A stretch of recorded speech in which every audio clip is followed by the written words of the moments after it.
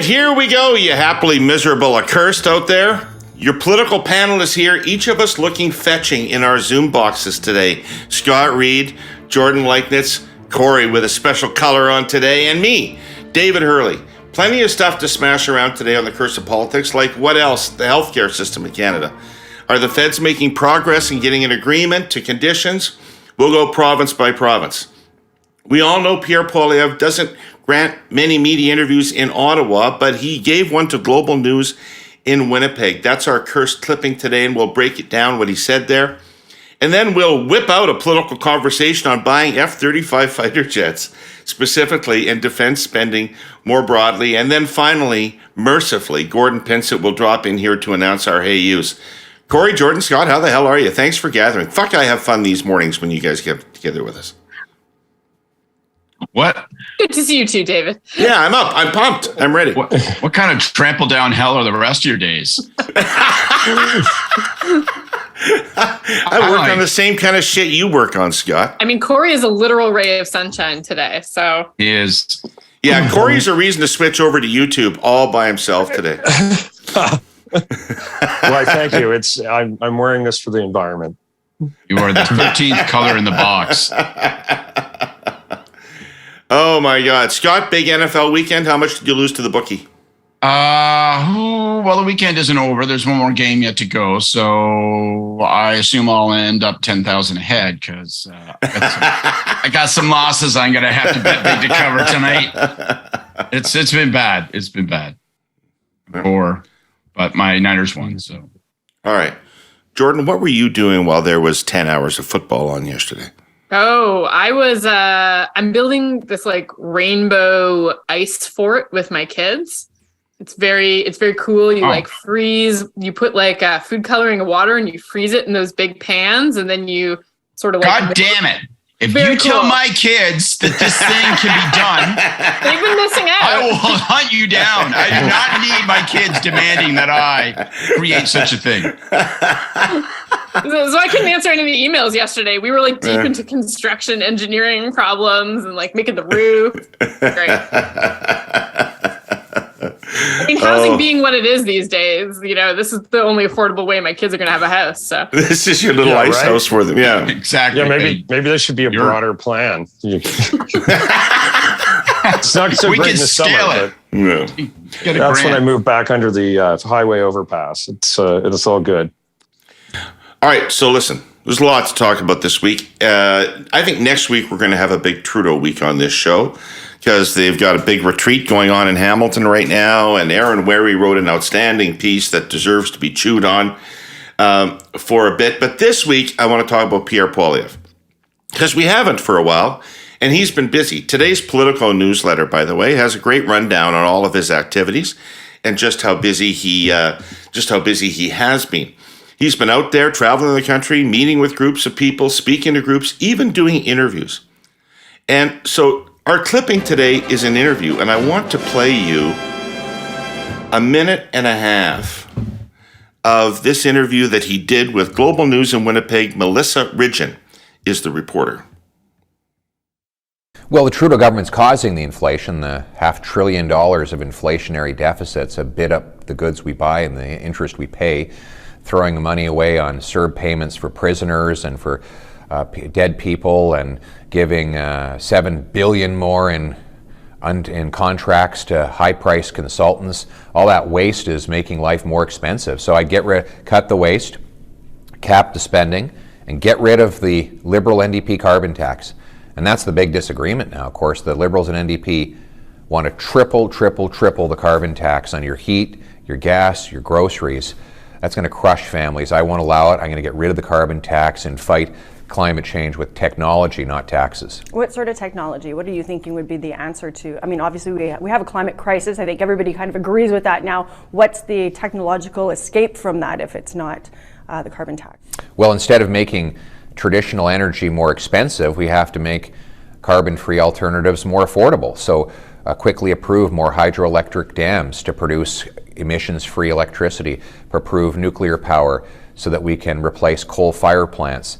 allow the oil and gas sector to invest in carbon capture, to capture the carbon in the ground rather than putting it into the air, and to produce the metals of electrification here in Canada, produce the lithium, the cobalt, the graphite for electric car batteries in Canada, powered by hydro, so that we have electric cars that are made in an environmentally friendly way.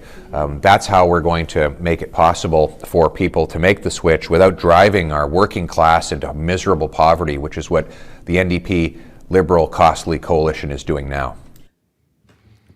All right. Scott, what do you think of that there positioning? Well, I thought he was okay on the, let's set aside the substantive virtues of it, okay? So I'm not going to get into an argument about policy and whether or not that's just a Band-Aid kind of answer to a very complex situation, all that sort of obvious stuff. I'll leave that to people who are smart, and I don't qualify. But from a communication standpoint, I think the challenge is less to do with his prescription. He'll have to work on that. It'll come more. But the diagnosis. And I think Kory would agree with me on this insofar as Kory and I tend to constantly sort of make references to, well, what do people tell you? What does the polling tell you? What does the research tell you? And I think that when you begin with a claim that says all of this is the fault of Justin Trudeau, I mean, you might think that you're building an incremental case that more of it rolls up on him. But I think it's a claim that people immediately go, no, not all of it. Even if I don't like the guy, I don't believe I don't think that he's the architect of inflation globally.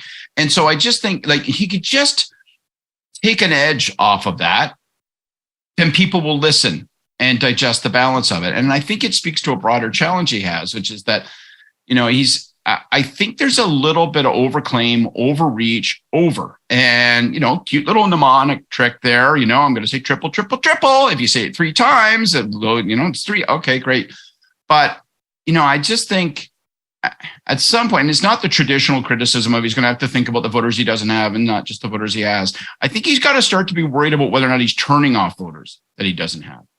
And that to me is the real concern. And so if I were his team, I would do a deep dive on how people digest his messages, what they take away from them, what needs to be altered without doing a full-fledged sort of, volte-face. And, I think there's adjustments he can make. He's great with colorful phrasing that sticks in your mind. But if you notice, almost all of his colorful phrasings are negative in their construct. He doesn't use a colorful phrasing and a good turn of phrase in order to capture the idea of what we might be able to do instead. It's always those motherfucking cocksuckers, right? And you go, it's always something. His color is always committed to the negative. And I think obviously he's an opposition leader and he has to build that case. But I just think at some point people start to think, well, that's the definition of him. That's a brand asset. And I think I would really do a deep dive and deconstruction of what he says, how he says it, and how it's received by people if I was working on his team. Because I don't think he's a million miles off the bullseye, but I think he needs some adjustments because he's missing the target more than I think he thinks. Kory, it's interesting based on expectations because I thought it was quite reasonable what he had to say. Yeah, I agree with some of what Scott had to say in terms of, there may be some more positive ways of getting to the same point. I like the clip you played, David, but there was another clip in that interview that I thought was probably getting more traction. And that was just speaking around competence in government. And we're going to get to this when we start talking about F-35s and the like. But saying, we have all these, and we talked about this last week, all the problems at the airports, all the problems with the planes.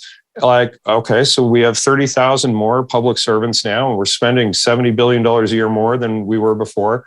Why is it that we have an 18-month waiting list on complaints about, having a ticket canceled? Why is it that I can't get a passport? Why is it that, we have all of these sort of ham-fisted things, whether it's, all the consultants working, in Ottawa, or whether it's buying F-35s, 15 years too late. These are all points on competence. And I think a competence message is a good message for any opposition leader looking to change the government. And I think it's more neutral in tone, which is, I think, kind of touching on what Scott was saying. I think on the climate change stuff, like I actually think going after the carbon tax is really smart politics. But I think he missed the largest proof point that, and some of the testing I've done for other clients around this that gets the most traction. And that's comparing his plan, which is not doing a carbon tax, using technology and et cetera, to other countries that are doing it. Because, what is the plan that Poilievre is talking about? It's essentially the Biden plan. It's essentially the plan that the Democrats are using in the United States. It's essentially the plan that much of Western Europe is using. Like it's not a plan of climate denialism or dismissal of those issues. It's saying, hey, there are other people doing this in another way and getting good results, and we should be emulating that as opposed to having this singular focus on a carbon tax. Like if you don't do a carbon tax, you obviously don't believe in climate change. Blah blah blah blah blah. That's simply not true. It's just simply not true. But comparing it to other countries, I think it's a stronger proof point. Jordan, I thought it was interesting that the interviewer said to him, "We're obviously in a climate crisis," and he did not take issue with her. Yeah, I mean, I think we've come to a point where that is a broadly accepted basis from which everybody needs to depart. And I mean, I think just speaking to Kory's point around the politics of going after the carbon tax, I think it's an interesting question. How many more cycles do we have where that's a viable target, right? And before it becomes just, a fairly immovable part of Canadian policy, because I think there's an argument to be made, certainly, that even if an incoming government were to scrap it at this point, you would probably just have to put something similar back in place pretty soon thereafter because of what's happening globally. But I mean, I thought that clip was interesting as well. I don't think it was his best. It left me a little bit cold. I think that the connect is really missing a bit there. As we've talked a lot about before, I think Poilievre is really at his best when he's speaking, he's talking about affordability issues, and he's telling those stories with voters, like ideally real voters, no Mustafas here, at the center of the story. Like that's where he shines. And I felt like that whole interview to me had a bit of the edge and that heavy negativity that we've discussed before as a bit of a detriment to him. But you can see, broadly speaking, he's making an effort to have discipline around that affordability message. But we also see these moments where he's pulled off that, right? Everything from the drug video in Vancouver to the Jordan Peterson stuff, arguably even the Frontier Center thing. And one thing I find fascinating about that is like those are all planned moments. Like those were like supported by his central team. Those were not off the cuff. So why does he go to the Frontier Center? Why does he sit down with Global News and give a mainstream interview with mainstream responses to mainstream questions, and then go to the Frontier Center? So I'm not persuaded by the strategy, but I think the idea there, and certainly Jenny's talked about this a lot when she was on the show, is that this is a mix that's intended to really consolidate that right-leaning vote, right? Like it's a mix that's intended to motivate and keep people in that tent and kind of continue to feed them some of those pieces that make them really, really engaged. I'm not sure this works. I think that there's a risk that it really doubles down on a lot of Poilievre's own negatives and his own, like he's making no progress with women, for example, there. And as we've talked about before, there's not really an easy or substantive path to victory without making some movement in those gender numbers. I think that the danger is that when he's doing that, like every time he maybe appears to be sort of softening his edges and becoming a little bit more appealing, then he's out there again doing something that marks him as being more extreme. So I'm not sure that the push and pull on that is ultimately going to yield that result, but I think that might be the strategy behind it. Yeah. Time for a story about resilience, Hurley-Burleyites, and reliability. It's about a guy named Tony Hendricks. He heads up a cable assurance team in BC for our presenting sponsor, TELUS. So let me set the scene. November 2021. Atmospheric rivers are flooding the interior of the province.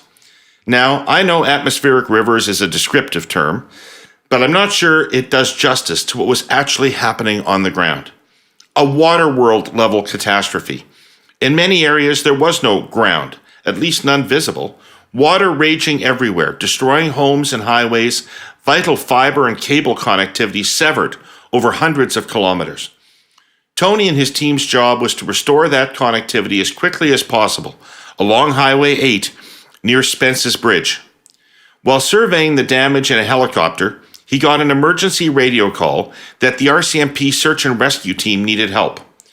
On the last high strip of road, down in a canyon that had just managed to stay above water, he saw Kim Cardinal, her husband Lorne Thibodeau, 2 horses, a mule, plus their cats and a litter of tiny Caucasian shepherd puppies, only weeks old, stranded while attempting to hike out of the area.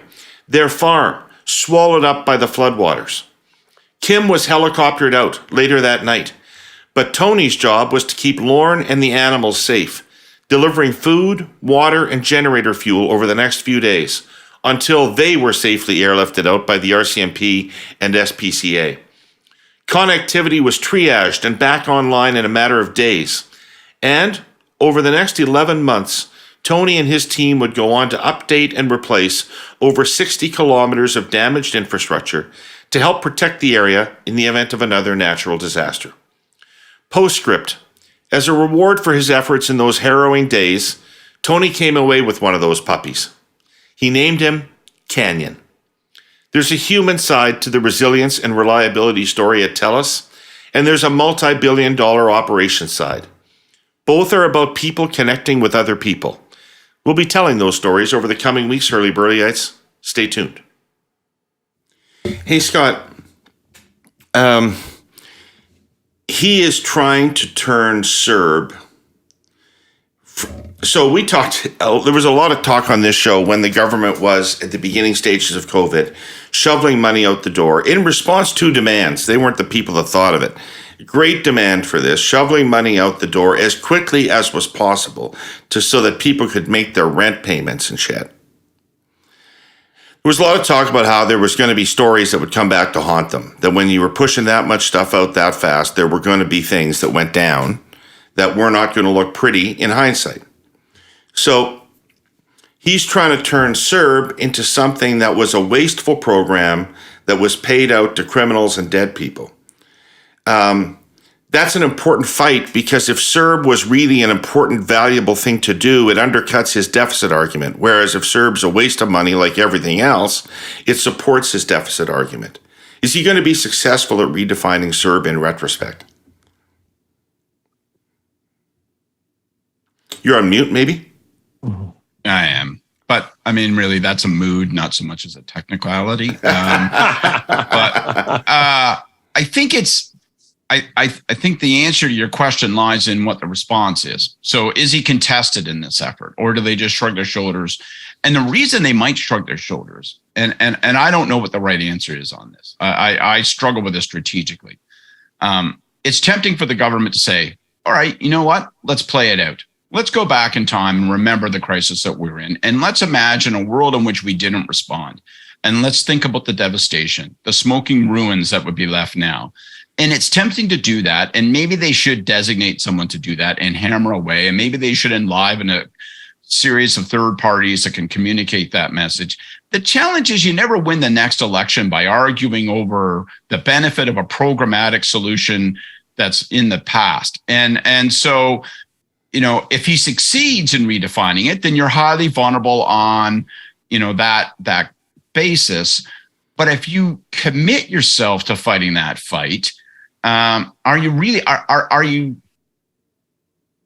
strengthening your chances of re-election? Is that what's on? Like, whether or not Serb was effective, I think that becomes a harder and harder case to make in terms of a good expenditure of strategic political capital. If you're the government, the further and further we get away from March 2020, right? So it's, I think it's a big strategic decision. And so but at the end of the day, the otherwise they just end up with having blown $500 billion. Well, so then I think, you have to, but maybe or maybe not. Maybe that's not what the ground on which the next election is fought. So what I think you have to ask yourself is if you're not going to go back and relitigate Serb in order to insulate yourself against the wasteful spending, incompetence, and mushrooms into not competent, all that sort of stuff, which is killer and definitional, as Kory says, then you have to figure out some other means of blunting that attack and shifting the ground to a place of your preference. And I think that's one of the big strategic challenges for the government. They got to figure that out. But I'm not sure that I would put, Chrystia Freeland in the harness to go out and say, here's why you're wrong. I think that could turn into the world's worst TED Talk. And not it Chrystia could be Freeland, bad, anybody. bad. Yeah. Where's I think Gilmore the when only you thing need that him? they're helped by is the fact that Serb was something that many Canadians experienced firsthand. Like you had almost like 8 million Canadians on Serb, right? So everybody either sort of received it or knows somebody who received it. And so I think it's trickier to paint a program like that as being inherently wasteful when people have like direct experience with it being immediately helpful in their own lives. So I think it's maybe like a slightly bit of a harder hill to climb, even with the distance from it, just because people do have personal anecdotes to draw on for that. But sorry, I cut Kory off. Can I throw okay. one thought out before you speak, Kory? Because I'd be interested if you like this idea. One way you might revive this issue and make it a little more contemporary is to make a proactive decision that you're just not going after people, that you're only going to go after large corporations that are above the medium and small business line, the taxation line. You're only going to go after organizations that are larger than that in terms of recouping. And the rest of it, you're like, you know what? Like, if this part-time actor and that part-time waitress took Serb payments and didn't get them back, I'm not going to ding that person for $21,000 because that would be fucking them right into the ground. And that could kick off a debate that might be interesting and quickly leads to a values argument as opposed to just a competence and fiscal argument. Aren't a part-time actor and a part-time waitress the same thing? Yes, Yeah, I was actually I was speaking of the same person. Probably makes more money. it was really one example I offered. Look, I think it's a really clever attack for Pierre to make. It's speaking to the larger issue of government competence. It's a truthful attack. And so you're very easily caught as the government in having to defend that you were sending money to prisoners and to dead people and all the rest. All that stuff happened, right? So it's not like it's a false attack. And to your point, Jordan, yes, it touched 8 million Canadians, whatever the number is. But the ones who are actually dead or or in prison, they're not voting for Pierre anyway. So like, who cares, right? No. The people who received it legitimately. The attack isn't on Serb itself. The attack is on government competence and management. Well, no, I don't think that's how it plays out. It also pulls the government into the past and into having to talk about the pandemic, which, I got to say, if we'd done that in the provincial election, we would have lost. Like it's dumb to talk about the past in an election campaign to begin with, because it's future oriented if you're the government. But, this is an attack on government competence, and it's one of a suite of attacks on government competence, and it's very, very difficult. Like I kind of see what you're saying, Scott, in terms of a way to position it into, are you against people of this income and class level, or is the problem these other folks? It kind of turns it into a little bit of a status and class warfare issue. That's maybe not a bad parry for the government to use to try to deflect that blow, but it's a very tough one to defend against. I think the best path for the government is to simply ignore it and to get onto a message track and a narrative that's more to their liking. Because I don't think you can make that sow's ear into a silk purse very easily. It's such an interesting example about how things get redefined and judged differently over time. Because if you try to put yourself back into the week when Serb was being demanded and necessary in the country, if the government had been delayed in putting it out because they were trying to design a system that would weed out every potential ineligible recipient before they started sending out checks, they would have been in a political crisis for doing that. And now they're in a political threat for having not done that. Well, welcome to governing, though, David. Like, nobody said it's going to be easy, but you could just say the same about any pandemic measure. Like, whether it's decisions made around closing schools, which were the largest single source of infection by category. And so you have, epidemiologists saying, close the schools, close the schools, close the schools. And then you have people in retrospect saying, closing the schools has hurt kids badly and has created, sort of a huge educational and mental health deficit for kids. So, you've got a choice between two bad things. And no matter which one you do, you're in trouble. So welcome to government, man. Like, it's just too bad, but them's the stakes. So there's nothing Canadians like better than talking about weather. So let's do a little review, shall we, of the winter so far. It started early. A big ugly storm arrived in the western provinces at the end of November. The usual, heavy winds, lots of snow, and of course good old Arctic air. A week or so later, temperatures dropped to minus 31 Celsius between Cape-Breton, Ontario and Edmonton. In mid-December, another blizzard slammed the prairies. Snow, blowing snow, poor visibility, highway closures, and then another big Arctic air bully. It got really, really cold and stayed that way until Christmas. We've all read about the massive snow dumps in southern BC, where massive snow dumps aren't supposed to happen. First it was 15 centimeters of snow, then extreme cold, then another 20 centimeters of snow. Oh, and then heavy rains. Lovely. And then, of course, there was the great, big, massive, horrible, nasty blizzard and freezing rain and deluge of snow that ruined Christmas in Eastern Canada.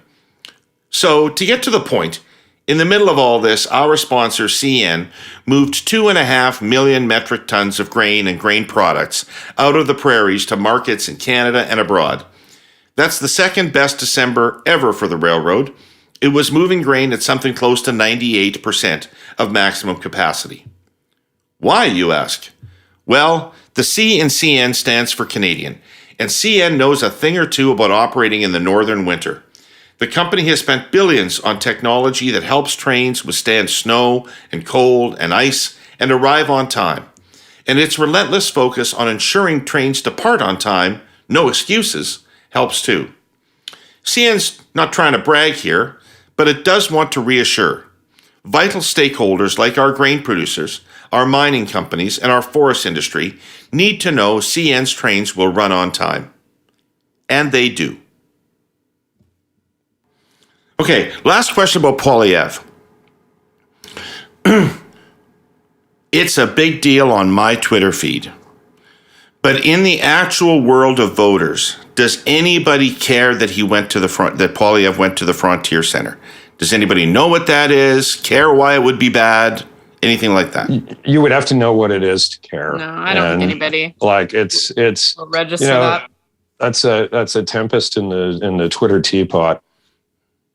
I don't know. I think it's a bigger deal, but not for that reason. I don't think that people know what the Frontier Center is or are going to get alarmed. It speaks to whether this is a calculated balance on the part of him and his team, as Jordan says, or whether there's a blind spot on the part of him and his team. Like I ranted last week about the Jordan Peterson video. I can't see a rationale for that. Doesn't make sense to me.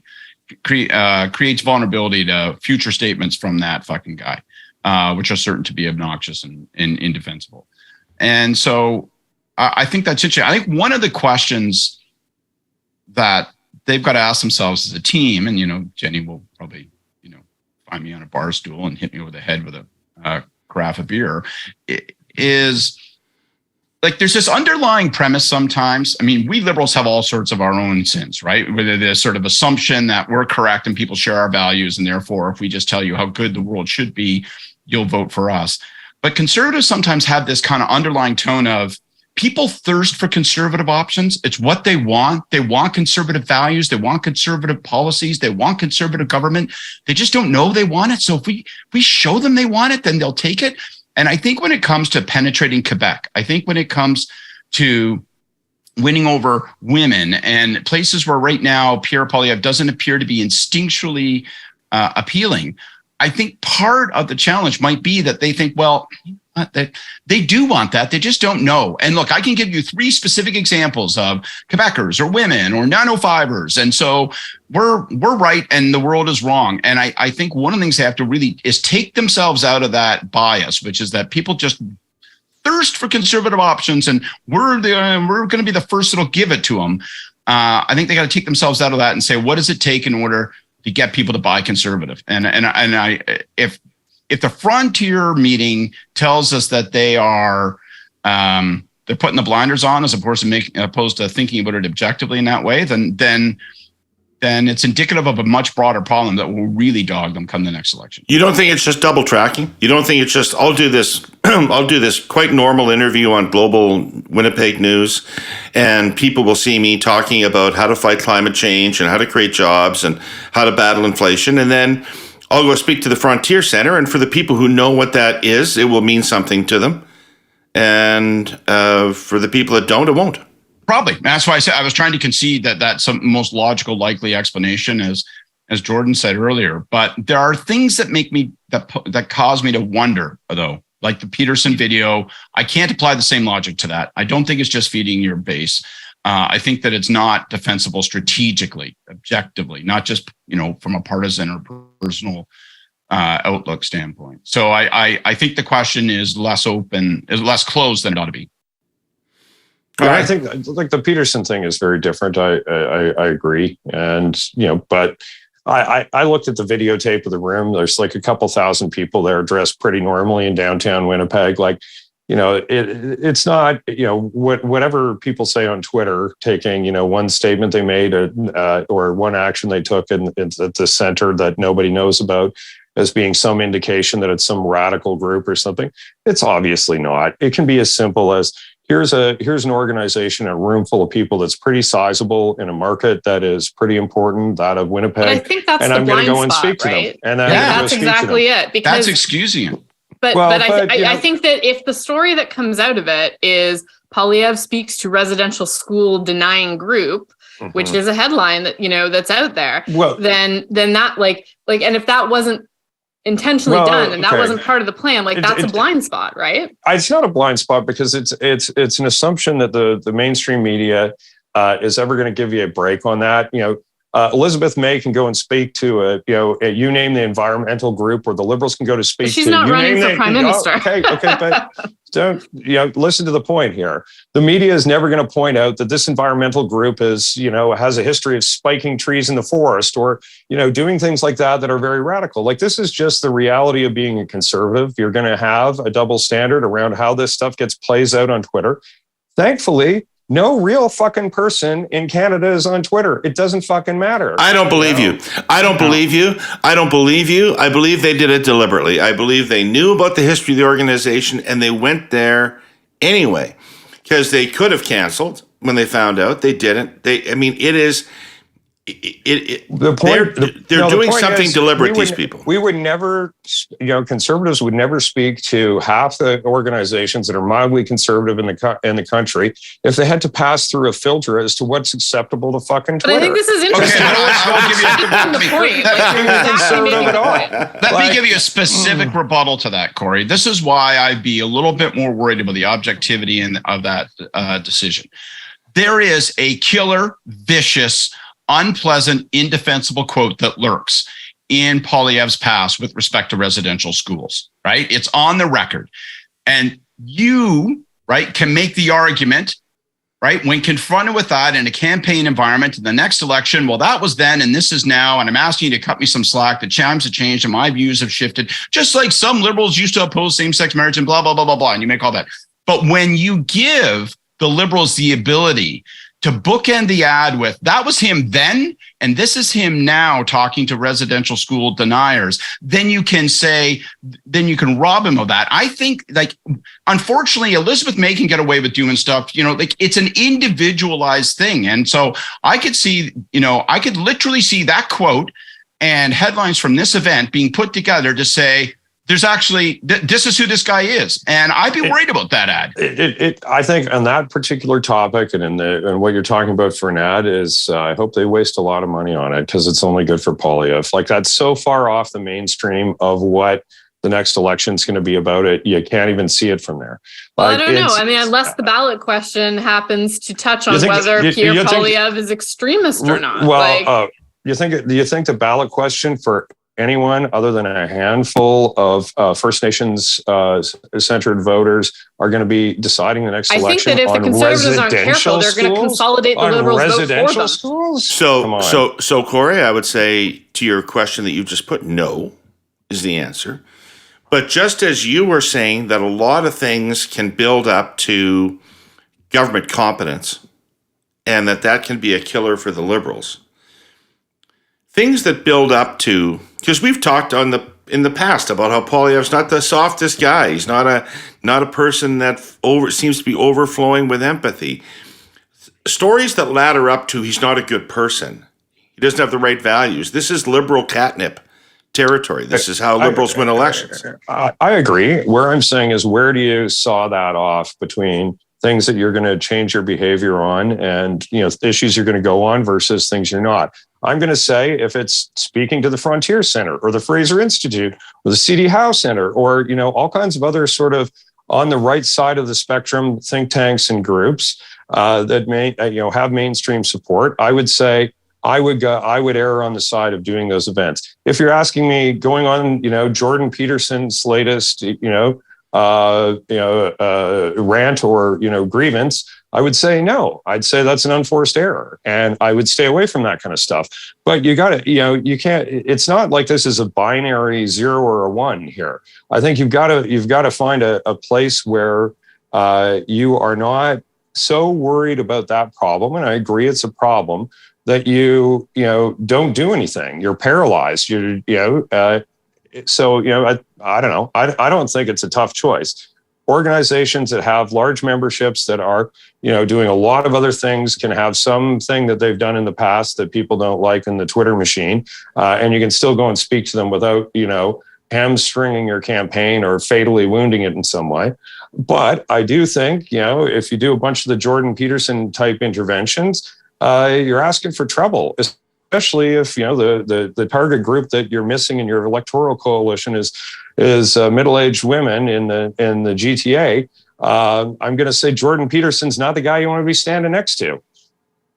I think it's knobs and dials time. If I was working for him, I'd be just taking it into deep qualitative research, hearing how people respond to how he says, what he says, and I would do some knobs and dials to just try to make him a little softer, adjust some of that language, channel some of that talent he has for capturing a popular thought in sharp, succinct language, and just make certain that it's actually working for you, not working against you.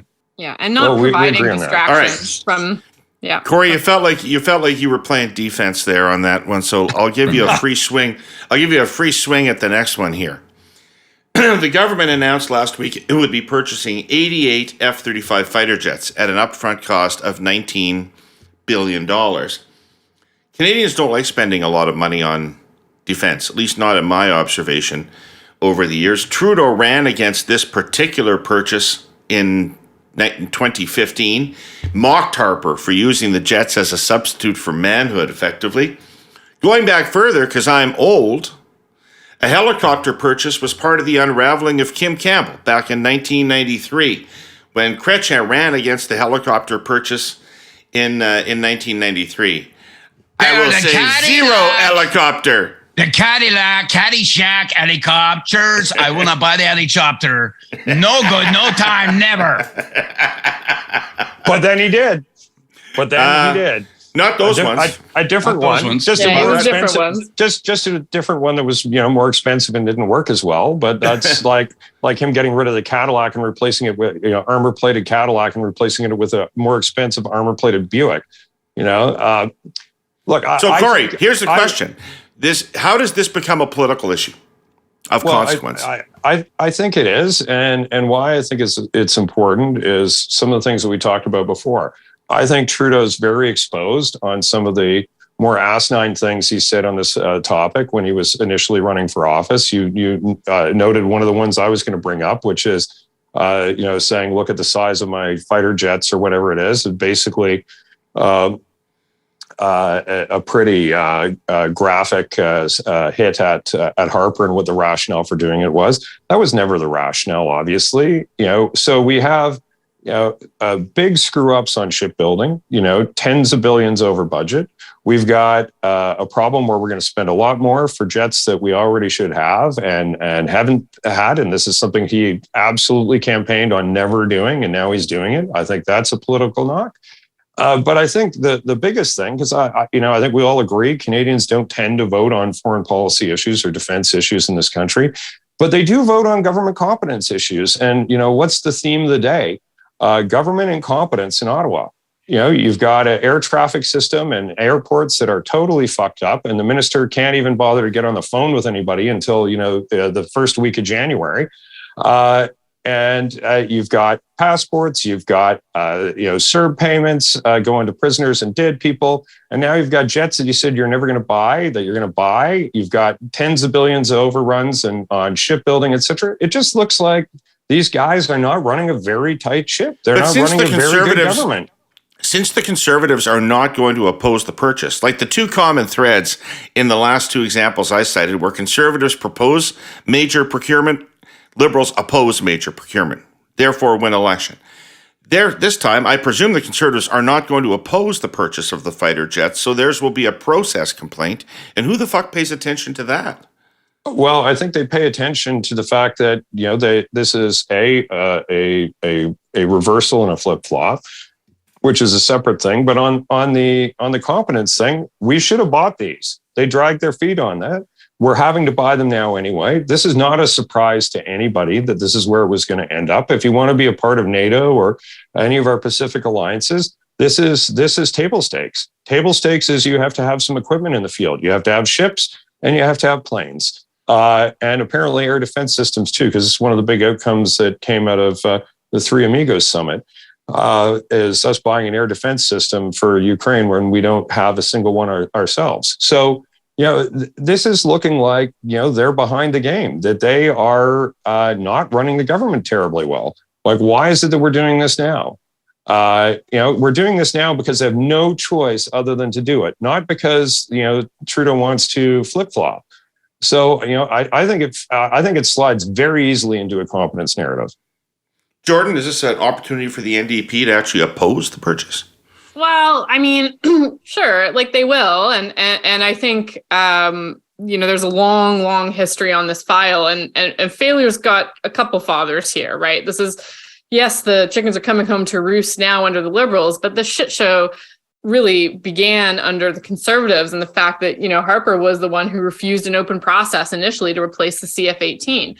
So the fact that we have ended up stuck with this effectively sole source plane with huge delays, spiraling costs, endless mechanical and performance problems, like this is the blame, I think, can be spread fairly equally between both governments. But I totally agree. No one's voting on this. But I think that if people were actually paying attention to the sums of money involved, they would be genuinely pretty shocked. Like, if you look, for example, on the shipbuilding file, like the surface combatant program is now, that's over 300. It's the largest procurement in federal history. And it's fucked. Like, they're all late.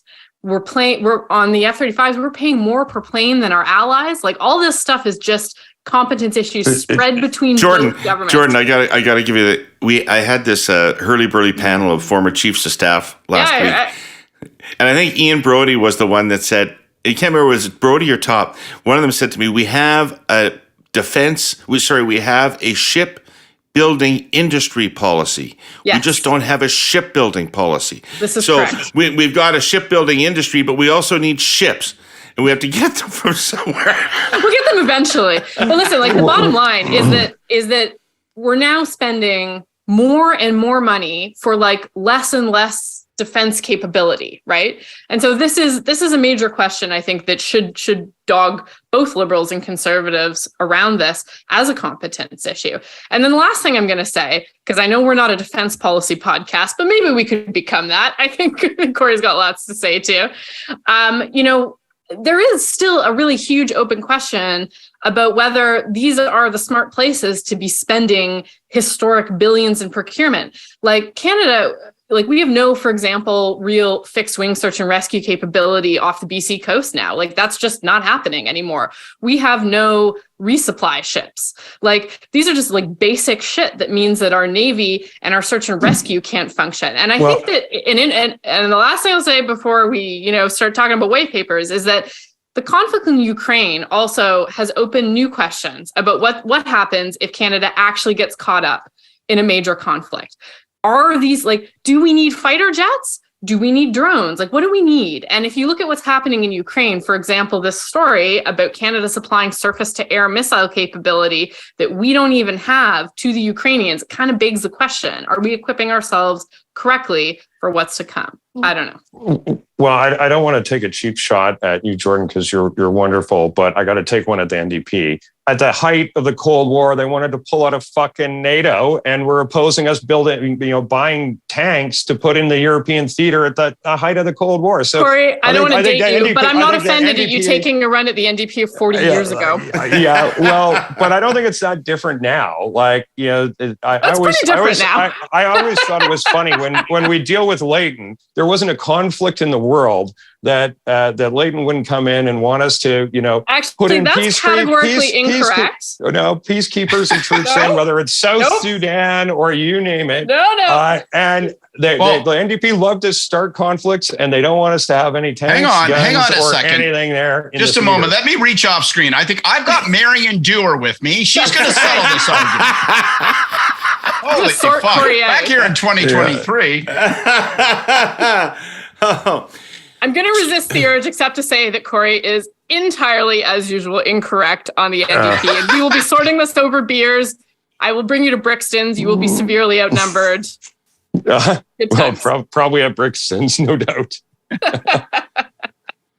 Well, your conclusion, wait, to bring this back on stream here, bring this back online. Jordan, your position is that nobody is going to vote on this, and Kory's position is that people aren't going to vote on this particular procurement, but they will vote on government competence, of Correct. Which this is a building block of the story. Scott, do you have a thought about fighter jets? First of all, I'm just excited that we're going to get 88 of them, because I think that sounds like a lot to me. So I assume like every neighborhood gets one. There'll be like a raffle or something. So 90 was too many. Right. But we can get 88. I just think that means, like, if I'm lucky, I'll get like one every other Saturday or something, which should be cool. I don't know anything about military procurement other than it's been a permanent clusterfuck under every government forever. And I think that's about as far as most people's analysis ever really goes. And we can go back to the H101s. We can go back to 87 and Mulroney ordering them, and then Campbell reducing the number of them, and it's just on and on and on and on and on. I don't think Kory's right on this. I just don't. And there are lots of reasons, or there may be lots of reasons, to make major military procurements and purchases. Getting votes is not one of them. And so it's been proven that you can win votes by canceling these procurements, by arguing against them, like Trudeau did, like Chrétien did. I don't think there's a lot of votes in championing them. I think it's something you do because you think it's necessary. And I think making the case for incompetent management is always a critical thing when you're going up against a long-term incumbent. That's always a go-to strategy, and I think there's lots of milk in that cow.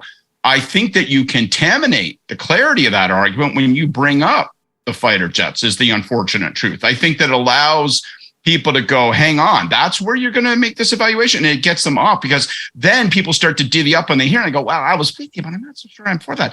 And I just think you got to, I would be a lot more on passports and a lot less on Top Gun if I were making the argument against this. Well, I don't think you have to pick between one or the other. I do have to bring up why 88 is such a clever number. This is clearly a Kill Bill reference. The crazy 88.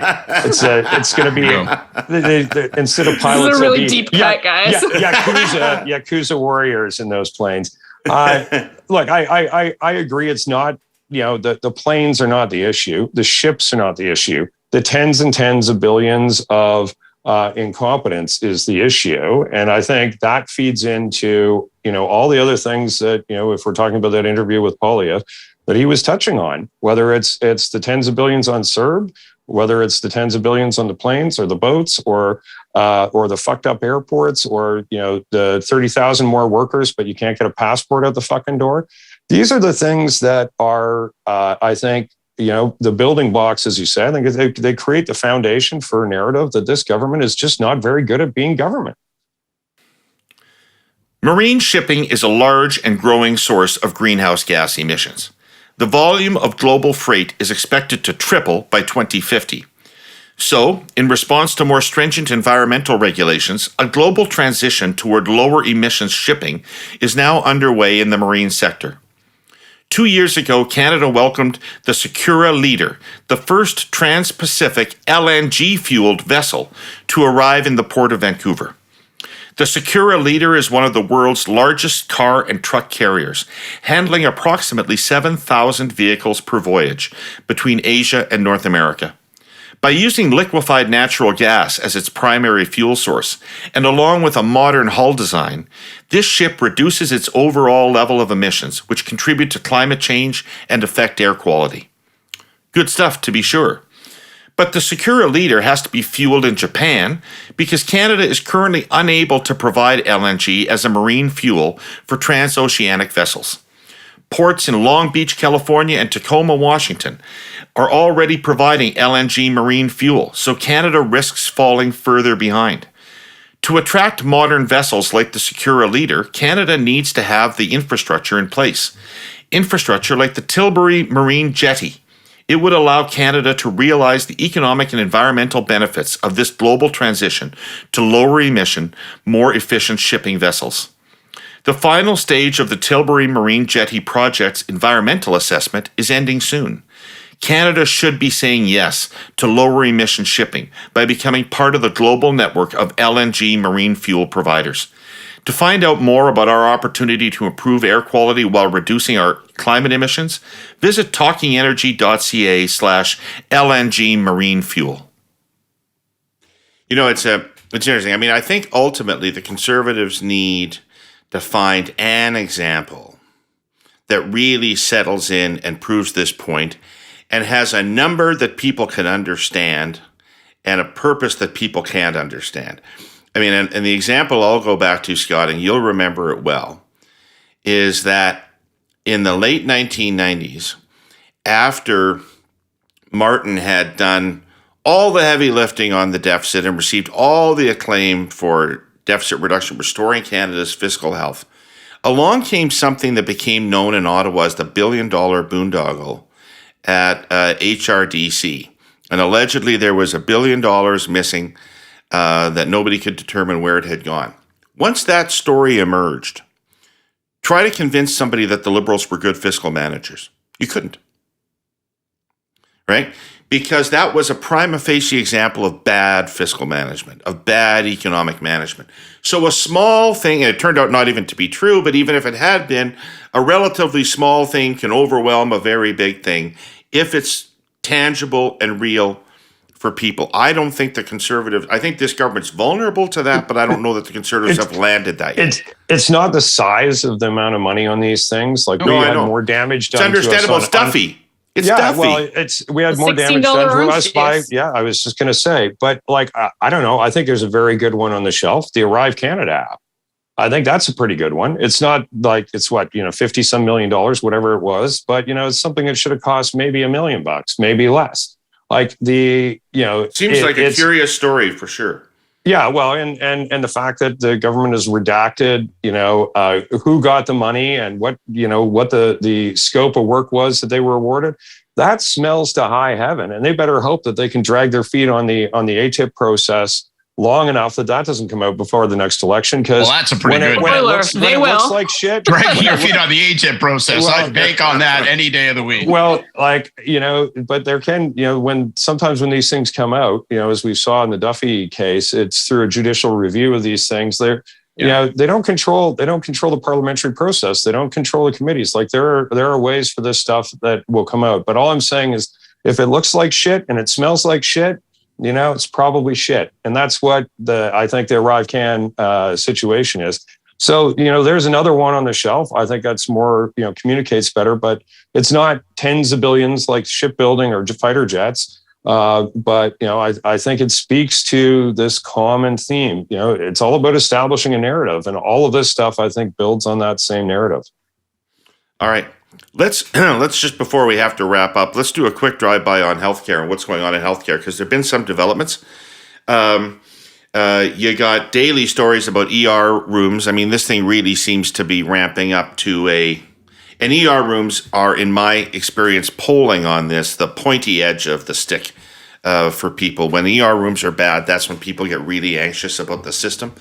You got Tim Houston, Premier Tim Houston out in Nova Scotia, virtually begging for help. And now you got Doug Ford, who seems to be moving on two fronts, one of which is an opening up to discussions with the feds about a conversation that does include some sort of accountability for money transferred, and the other is a seeming move toward expanding private delivery to relieve pressure on the public system. I think all that's interesting, and I feel like, Scott, tell me if I'm wrong, I feel like Ford has put the ball in Trudeau's court.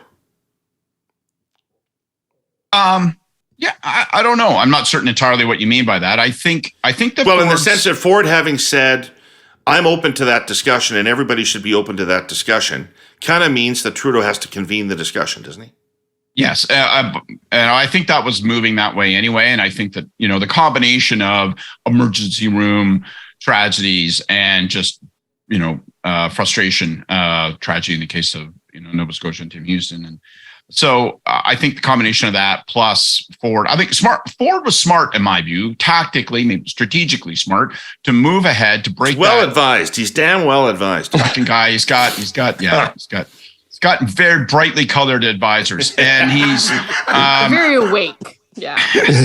And so I thought it was smart for him to make the move and get ahead of that parade. I also think it's fascinating the double track play, right? Where it's like, okay, so yes, let's get going, and we can agree, surely to God, we can agree that we'll dedicate any new funds to healthcare and healthcare alone, and maybe even he's signaling some openness to national reporting or at least integrated comparable reporting. We'll sort of see how that argument goes. But then, of course, he's going to make an announcement this week with respect to delivery, and I don't know if it's going to be private surgeries. The devil will all be in the details.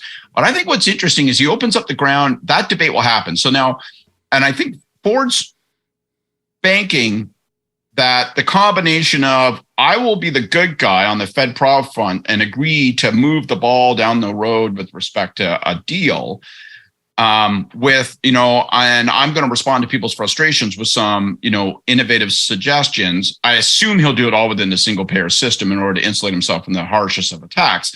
And then he's going to get a pushback from a bunch of people who are going to call it private care and all that and two-tier system. I think all that. I think the person that he's got to keep his eye on, though, isn't necessarily his opponents in Ontario and isn't necessarily even the prime minister. I think he's got to watch Danielle Smith. Because I think he's working an interesting, what appears to be carefully crafted balance. I think Danielle Smith's going to come in and she's going to be like, fuck the Canada Health Act. We're sick of waiting. Yeah, I'll do a deal, but I'm going to do my own kind of reforms out here. And this is going to be like 100%. You can purchase whatever you want in terms of care. And I think she's going to barrel into that. And there's a risk that she'll contaminate his reforms and they could be associated and seen. And I just think she is a political wrecking ball smashing in to buildings. Wait. Why isn't... Wait, more dangerously from my perspective, because I'm not a believer in private delivery, more dangerously from my perspective, doesn't her existence allow Ford to triangulate this issue between Trudeau and Smith and seem like a person with a reasonable position? Maybe that's a very narrow landing strip. Like, I think there's a much bigger threat that, he'll say, I'm rejecting her approach and I'm rejecting the doctrinaire approach of her and of Trudeau, and I'm going to find the perfect middle single payer or make some innovation. I think that's going to be a very big risk that whatever she does, particularly if she does something extreme and politically foolish and unfounded in any sensible reading of polling data, I think there would be a very high risk he'll be associated with it. The word reform, the word bold, all gets rolled up into one big, don't fucking go there. And she'll contaminate the waters in which he hopes to swim. Well, David, step one, I don't know if you actually read the Ford plan, but step one is expansion. Little shot there. I know you don't like to read, David. I know you just like to podcast. Well, I'll tell you why. Brief us, Kory, for those of us who, Step one is an expansion of private delivery of cataract surgeries, which was started by which Premier of Ontario? Pop quiz. Kathleen Wynne. It's an expansion of what Wynne did. It's an expansion of a program that she started. So this is hardly rabid, right-wing stuff. And, when you do the polling on it, private delivery within a single payer system is extremely popular. It's extremely popular. I know. And so, I don't think there's anything radical there. What Danielle Smith does or doesn't do will be interesting, I guess. I assume if she's worried about getting prosecuted under the Canada Health Act, she'll quickly phone up the prosecutor and make it all go away. Ha ha ha. Just be careful that she pisses in the well you want to draw a cup of water from. Well, look, I think what's happening is I think there's going to be a deal on healthcare very soon, and I think it's what you're hearing not just from Ontario, but what you're hearing from a lot of other provinces is that provided the federal government is saying that they want the money to go on things that are priorities for provinces anyway, it's very, very easy to say yes. So when the federal government's saying more money for long-term care, more money for home care, more money for nursing, and they want to have some reporting metrics, that's all very easy stuff for provinces to say yes to. Where I think things would get more difficult for the federal government is if they were saying a pharmacare program, more money in dental, things like that. When the crisis is in the emergency room, when the crisis is in the actual primary healthcare system, that's what that's about for, all the provinces, except those who are kind of taking a live free or die, you can't tell me what to do in my jurisdiction sort of approach, which is really only three right now. It's Saskatchewan, it's Alberta, and it's Quebec as per usual. Jordan? Well, I agree with a lot of what's been said. I think Kory is really quite prescient in his knowledge of these things, and has outlined what that very narrow space to land this in Ontario is. Because while it's true that most people may be supportive of private delivery within a public system, obviously the push is vulnerable to being characterized more broadly as privatization. And Ontarians tend to actually be some of the strongest supporters of public health care in the country. So there is a bit of a dance there. I think, this for me is an interesting place for New Democrats, because federally they've got some opportunity, they've got some danger here. So the opportunity is obviously to look at what's happening in Alberta and Ontario and make a strong case federally for protecting public delivery within all of these negotiations, using these as some examples. But I think you guys are right in terms of the need for some flexibility on the confidence and supply agreement deliverables around dental and pharmacare in view of what's happening in the emergency room. So they are going to need to make a push that whatever's happening around pharma and dental is additional to support to get out of this immediate emergency. And I think that if they play that right, they could have a visible and useful role. I think, but they could get boxed into seeming to argue for something peripheral. Correct. Right? Yeah. So they need to be holding both of those things. They can't give up on their dental and pharma, but they have to make the case that the ER crisis has to be resolved with, a sustainable, ongoing solution, in addition to making progress on expanding Medicare. Now, and this is a great day to not actually be the government when you're making those demands. And then obviously, in terms of what's happening in Alberta, this is nothing but good news for Notley, because I think that Danielle Smith is careening into the jaws of, God knows what sort of car crash around what she's going to be doing on the health file. I think that if there's not a lot of danger that the federal government would suddenly become interested in rigorously enforcing the Canada Health Act, but it leaves just a ton of room for the Alberta NDP to take up the space of reasonable responses to that healthcare crisis. So I think that we're counting down now, like many people, on that.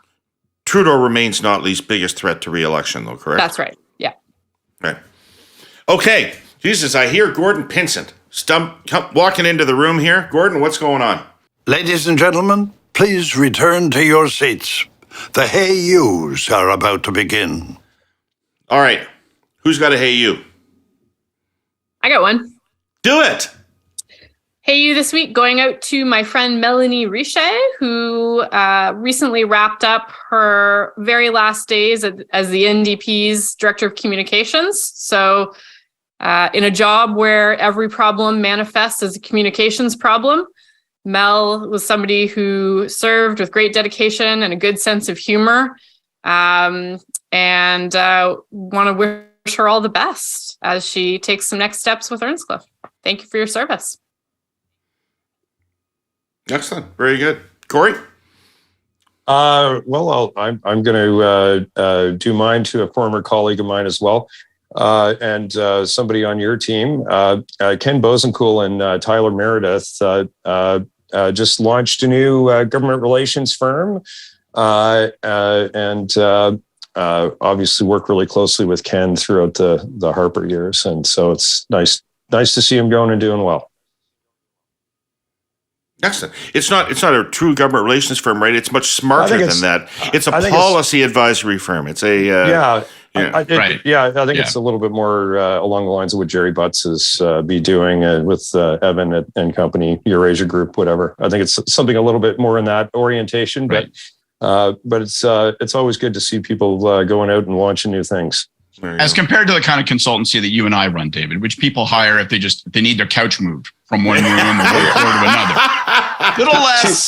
Little less strategic, little less intellect, little less cerebral. Put your end up high, David. Put your end up high. There, I can swing around now. Yeah, exactly. Two guys with a truck. What you got? My Hey You is extremely in the moment. I think so. Even by the time that this pod is released, we'll see if the government has switched its tune or changed. But my Hey You goes out to Anita Anand, the Prime Minister, going back to the military, but in a completely different lens. Overnight, more or less, yesterday overnight, Zelensky is quoted as saying, the president of Ukraine, saying, "Listen, if Germany will waive its objection with respect to major military hardware being moved around. We want Canada's Leopard 2 tanks. We want a contingent on them to help us wage this battle." And the immediate response from Anand and her office was, "Well, we'll have to see how things unfold." And, we are there. We stand with Ukraine. We are, shoulder to shoulder with our Ukrainian friends and yada, yada, yada, but no answer on that. And I don't understand why they don't hop on that beam. Like in a world where, always have these questions about, what's the true extent of your commitment and all that? Why on earth would we not say, you know what? Fine, we're done. Okay. Yes, there's a question around Germany, but if Germany waives, our answer is yes. And we're just going to go out there in advance and put that on the board. I would assume we get credit from our NATO neighbors. I assume that Canadians either don't care or would approve. And those that might object would be a very small group. And I don't understand what the inherent hesitation is. I don't understand why the government didn't smell an opportunity immediately and say, let's get ahead of this thing. Let's not look like we were somehow asked into it or pushed into it. And this just ate a defense minister in Germany. Yeah. So I would have moved fast, and I hope they do. Excellent. That's really interesting. Boy, I don't have much to follow that. I was just thinking, I had these three guys who used to be chiefs of staff on the Hurly-Burly last week, and made me remember what an all-consuming job that is and how much of your life that absorbs and etc. And it made me think of Katie Telford, who's been doing that job for probably longer than anybody in modern Canadian history has done it. And boy, the energy level that she must have and the work she's put in, the results or not like the results, she's serving the country putting it all on the table for a long time now. So my Hey You goes out to Katie Telford, long-serving chief of staff to the Prime Minister. It's a big, big job, and she seems indispensable to it. All right, everybody. Creeping up on 8 years. It's for people who understand that job, it's an almost insane, inconceivable amount of stamina required. Like it's hard to imagine something else. It really is. And there she was at the Three Amigos doing it. Okay, so thank you, the three of you, for being here. Great time, as always. I'd like to thank our presenting sponsor, TELUS, our sponsor, CN Rail, and Fortis BC, everybody who watched or listened to this show. And we'll be back next week with more of the Curse of Politics, more joviality. See you then.